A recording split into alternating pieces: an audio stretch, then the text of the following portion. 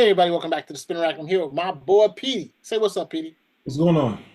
Hey, today we're talking about episode 3 of X-Men 97.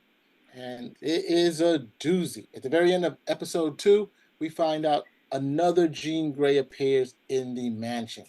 So I'm here with my boy Petey, our resident X-Men expert. He knows it all, and ask him what he thinks about it. So, hey, what did you think of the Madeline Pryor story, the way it was handled in this episode going forward? Oh, AKA the what they call the Goblin Queen. What's your take on this episode? Um, How faithful it is to the comic itself? I don't know that they needed to call her the Goblin Queen.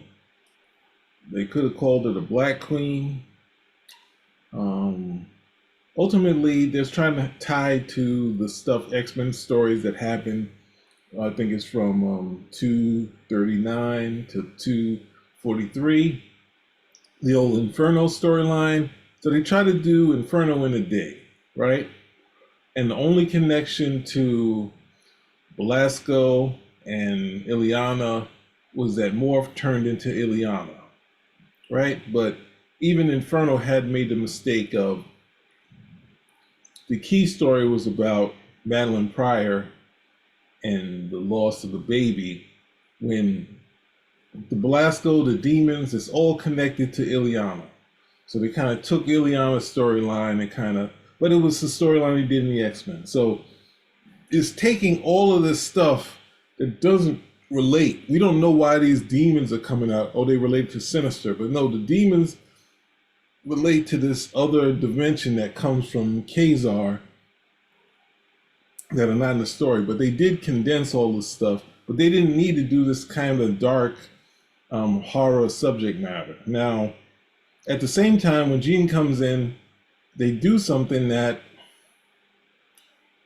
was introduced in the X-Men, which was the X-Men, the Fantastic Four 286, where Jean has been copied down so far that no one could tell the difference. And they're also playing up that they're not sure when she was cloned. So it could have been at any point, and it could have been, the Phoenix was her, that sort of thing. They did do the aspect where, what's the name dies in the comic books, and Jean gets their memories. But the cartoon isn't for, outside of them initially killing Morph, for having these characters die. They didn't have Jean die in their Dark Phoenix story. Morph came back.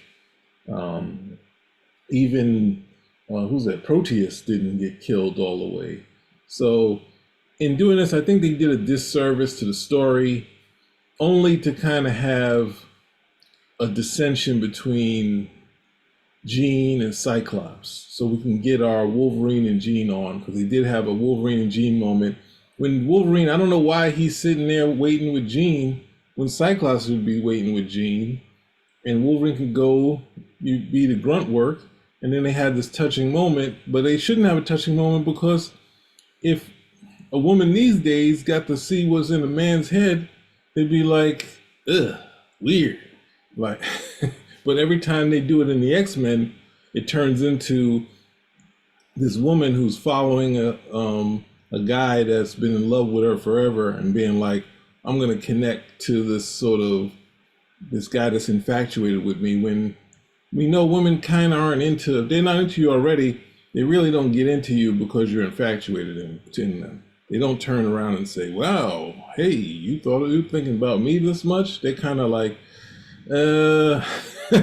maybe not him in reality. But at the same time, I just think it was too much at once. It was kind of feeling like, I guess I'll probably try to continue watching, but it was kind of feeling like I might need to exit the X-Men. I think I exited the X-Men in the second season of the cartoon. I only watched it when I could, but then I kind of stopped watching it. So I didn't know the other stuff in the movies from there, but they just tried to do a lot in one thing, and keeping Madeline around and have her walk around and try to find herself is kind of pointless. But it's just too much at once. So Okay, so I see what you're saying, but let's just rewind a little bit, just to make sure the audience is with us in terms of this story here. Um, we have the Jean character coming back, and the very fact that we the other the one who has the mother of Nathan who becomes Madeline or the Goblin Queen. She's slowly, not slowly, she's basically told by Mr. Sinister that he created her, right? And he created her. Um, using her, genetic makeup, and so it starts driving her nuts. And so she starts realizing that, you know what, I'm not the real Jean Grey. I have this kid here, and of course, the whole reason Mr. Sinister did it is that he wanted to create this new kid, which will become Cable. You know, from the genetic material from Cyclops and her together. So if you don't know, I'm going to give you a spoiler. Cable is Nathan Summers. He's Cyclops' kid, and most likely they got him infected with the techno organic virus. He's going into the future, and he'll come back a much older looking individual, grizzled after battle. Well, I don't know. They could make him a younger one, so it's not. That was too much for me. That was definitely too much for me. But this is what I'm trying to say in terms of they are showing it. They are going fast. A lot of things in this particular episode. There were so many things that happened. You have the whole Sinister situation, the Madeline Pryor. I mean, just explore Madeline Pryor alone, the character, the other Jean Grey, as we should call her, and then her as the Goblin Queen, and then the whole thing with Cable or Nathan Summers. That's a lot, But I think in one episode, initially I was like, oh, I don't know, but I thought that they handled the amount of information they had to portray. I thought they did a decent job. I wouldn't say great, but I think they did a decent job to move the story forward. If they're going to go this fast in a series, I think they're going to go through the entire run, like probably the first 97 to 2005, and like the whole they're flying through. So I'm not sure how they're handling it. But I thought that the whole reason that I mean, so I thought that there weren't any demons in the beginning. So when you said demons, I was thrown off. It's really more that the other Madeline Spires is actually utilizing her psychic control, her psychic abilities. Because were there real demons, or was it just her psyche? Because they I didn't really guess it's introduce her the whole psyche. I guess he's a mad scientist, and that's her psyche. As you right. say. Because yeah, they didn't introduce the whole Belasco thing there, but you're right. Belasco being a demon who ran Limbo, and then Magic, a character who Colossus' sister, who will later become the leader or the queen of Limbo, who's also a mutant. So there's a lot of stuff that they brought in there, and for people who read the comics. So but I think here handling it, my initial issue was with, oh man, why are they not doing the Madeline Pryor story? And then of course we find the other Jean Grey, and I think they just decided to try to simplify it. And I think it's a very complicated story, and I think they've done a decent job at it. It's just that I'm just afraid that at this rate, I didn't think they were going to knock it off in just 3 episodes, because that's basically what it is. They knocked it off in 3 episodes. So at this rate, I don't know how many. What is it? 10 episodes here. They're going to be going through a lot of stuff. Well, Uh, that going to the Nathan and transmode virus, like that was a later storyline, so they already shuttled the kid out. Like in the original thing, they had no plans for Nathan, right? So if you imagine when X Factor started, Cyclops' son is born, and we don't lose Cyclops' son until 5 years later, like issue 60, 67 or something like that, right? So we had all these issues with the baby and X Factor. We didn't have them for the entire series, but we had the baby like after what was it? I guess issue 38 or something like that. So it's half the series. But we had them, they were with the baby for 3 years, and then next thing you know, Jim Lee and them are deciding that this is going to be Cable. So they had have Apocalypse infect them because they're trying to get the Summers DNA too, infect them, and then they're like, the only way we can cure them is in the future, so someone takes them. Now the thing of it is, the other bad part is, I thought Madeline was going to go into the future. She doesn't. They does get she in the rid comic of. book? No, she's going to walk the thing. They send Bishop. Bishop takes the baby. And I'm like, why not send Madeline into? She's got power. She can handle herself. Yeah, Let but they're her trying to go in keep the it future close. with the. They're trying to keep it close to the comic, Then he goes to the comic, but Bishop didn't go into the future with no baby. I know, but Bishop is from the future, also another version of future. Though we No. all know that he We was. just got rid of the other black guy in the show. got rid of both black people because Storm is in Texas now, right? Other than Texas, they also threw that in there, having Forge. Hey, I'm Forge. I am here to help you. Like, what the? At least he was at the scene in the comic when she got hurt, right? They at least put him at the scene where he's trying to stop them in the thing, and it's kind of contrived how it happens, but he was at least on the scene, and he's there to take in Storm, right? It's also kind of weird, you know. It's a lot. The X-Men stories are kind of wacky. That's sorry to say, but they have these poignant moments. So it's kind of put everything in at once. And Storm's changed from what we saw before to having this mohawk, having this outfit that she's now a punk rocker. All on the side is just like, how did all this happen when we kind of escaped this in the cartoon? So Yeah, I don't know. I don't know. But hey, I have another thing. This where they're going with the Rogue and Magneto thing. It's like, yo, what the fudge, they're bro? It's gonna like, do. You know what they're gonna do? They're doing Age of Apocalypse. That's coming. They're not that's leaving it. this earth without an Age of Apocalypse. But aren't they doing that in the? I figured they were going to be doing something like that in the movies. You No, know, they're say, getting this happening now because they're showing the romance, so we'll be ready to see them as a couple. But but see, that's not. you're getting weirded out because you think she's 17. Rogue is 40. I don't care Yeah. what people say. She got the body of a 30-year-old, but at the same time, she's supposed to be 17, but she's not in the New Mutants. Like it doesn't make any sense. She's the same age as But Magneto.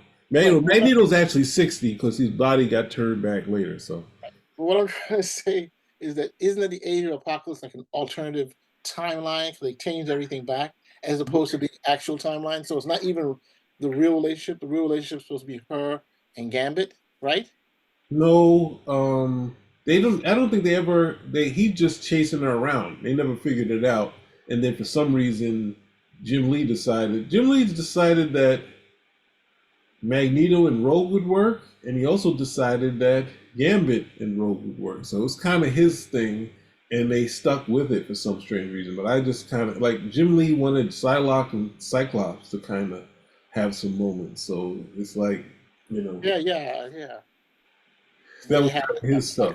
So With the White Queen. So too, this is a lot of stuff going on here. So, but again, it is what it is. There. How did you like the resolution of the whole story?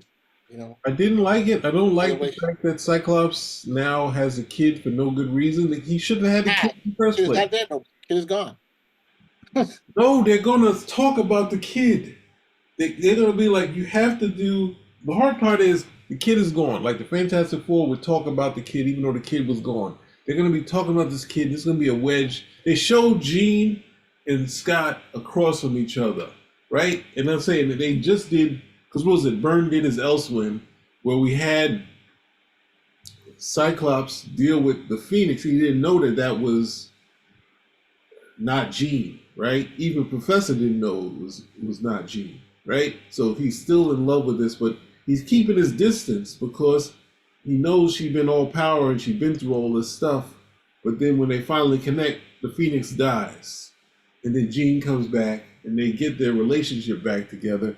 Now they put a wedge so we can have the triangle where Wolverine's like, I can pick up where I left off, and he's gonna be having all these nice moments with her where he's a jerk to everybody else. Like, come on, it's terrible. That's why I said I had to get off of this because I'm like saying I'm not. This is what Chris Claremont wanted to do. When he was forced to deal with the original X-Men, his plan was that he was going to play out the whole aspect that even though they were together, that the whole Madeline thing was going to break Cyclops and Jean apart, and then Wolverine will be going through something, and for some reason Jean is going to find out what's going on with Wolverine, and then they would connect. And it's just like, it's pointless. Wolverine is not, and the age difference between the two of them is even more ridiculous. 25 to 100? Like, come on. Who's 100? Wolverine. He ages slow. You know that the comic books, they made him so he's like, he might have been around before the turn of the century. Yeah, 30 or 40. He was supposed to be 60. Now they turned him into like this guy but he's a guy that's been around the block a few times. He's not in his 40s, so Well, I mean, genetic. I mean, the way they look now, they look much younger than they are. So, I mean, to me, definitely the whole issue with Magneto is a big deal. But what can you do? But Why? Why is it a it, big deal? I Because mean, no, probably not a big deal. But it's just a little bit. I've seen it, but it's I always thought that's just not something that would be center stage. It would be something on the side, and that Gambit was the man. But clearly, there's something there. My last question about this whole thing is, what do you think of Sinister? I mean, did you think that he had they didn't to me have enough time to explore Sinister, right? I think it was a really quick rush on Sinister, who is a major villain, but it's always overshadowed by Apocalypse. is Mister Sinister a good villain? I don't think so. Whoa, explain. His origins made no sense. Explain. We don't. He just came out of nowhere. He was just some design. They needed a leader for the Marauders, and he just popped up. And then they acted like he was a big deal because he was just standing around. And then we get him to do a bunch of stuff in what's that thing in Inferno. But at the same time, in Inferno,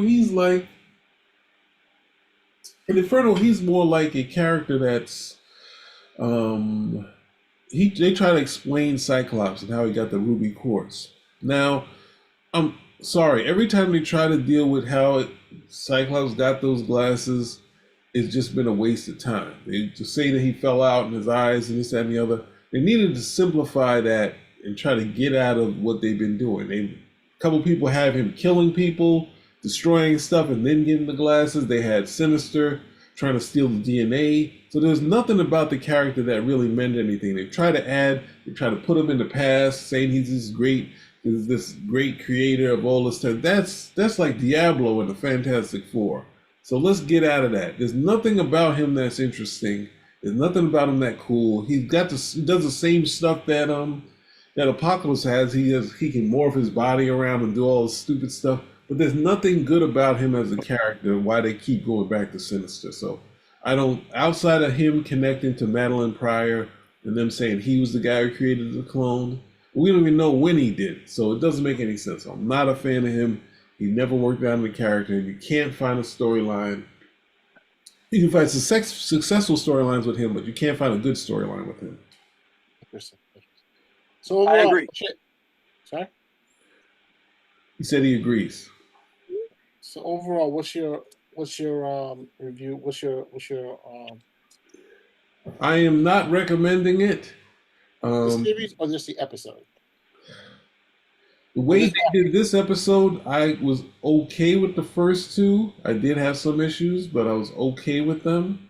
It was kind of run to your marks kind of storyline, dealing with the past X-Men story, but this was kind of put too much stuff in there. Inferno, Cable, Madeline Pryor, all that stuff shoved into Wolverine and Jean, all Storm. that stuff was a waste of time. Wow. That's I'm a little bit. Not as harsh as him. I say it's something to continue. I understand why they did it. I'm not sure exactly Why did how. they do it? Tell me why they did it. Why they did so much at once. Tell me why they did it. Give Yeah, me the flavor. No, yeah, they did yeah. the whole.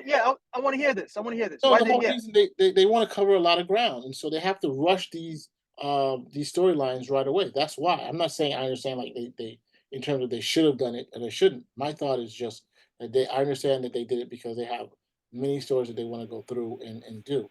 Right. So look, but you have time. There's no. I don't understand what the rush is. You already have the backdrop of the previous series, and you have the time to do this. You would hope that you have the time, because if not, you're pretty much saying is we expect to be canceled at any moment. oh no, they got the run. They got the whole week. I mean, it is, but I think it's just that they want to try something different. That's it. So And there's what? so much story. There's so much story to tell, and I think that their goal is probably to push it as fast as they can. You know, You think that was done well as much as they force fit into these storylines? what I'm thinking of is why would they do this show, right?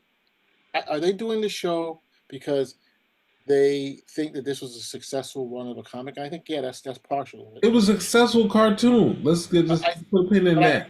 but I think it's also that this may help inform us of what type of X-Men may be coming up in the movies, right? I'm wondering if they're like, hey, the Krakoa stuff is so complicated, so blah. There's so much history with the X-Men and stuff. Why don't we go back to much simpler times and start using that as the baseline going forward, possibly for the movies? I don't know if that's what's going to inform us, because they've been working on the X-Men for such a long time since the merger. The merger's been several years now, and they haven't introduced them, right? And now with Wolverine, we're going to get Wolverine coming in with Deadpool, and then some of the other characters are going to start coming in other places. And so the question is, are they going to be Hakora, Power of X type of heroes? Or are they going to go back to the original, 97 or something like that? So I'm wondering if this is really a test run to see what people are willing to accept. Let's say what you brought in. You brought in Deadpool and Wolverine, so now Yes. I can talk about it. I bet you that they'll have a yellow spandex comment in that movie when they could have put him in the brown outfit. They could have not had all of the nonsense. Had Wolverine looking as cool as Deadpool looks, and try to translate it. But no, they said, you know what, we got to do the yellow one for the fans. And they're like, no, don't do the yellow one. Do the brown one. It's simpler. Well, I think if you want to do the yellow one, for me, that's fine.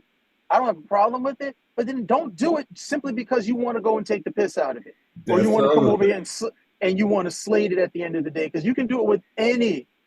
You can do it with any of those costumes. To be quite honest, they're grown people. These are adults running over. These are not uniforms. They're costumes. They're costumes. So as much as they try to get away from it, that's where it is. So if you're going to do the yellow and blue, that's the classic uniform. No problem with that. I have no issue. But don't put it in there just so you can serve it up for your own fodderous joke. There you go. Okay. Okie dokie. Got it. Okay, I'm going to ask you one more time.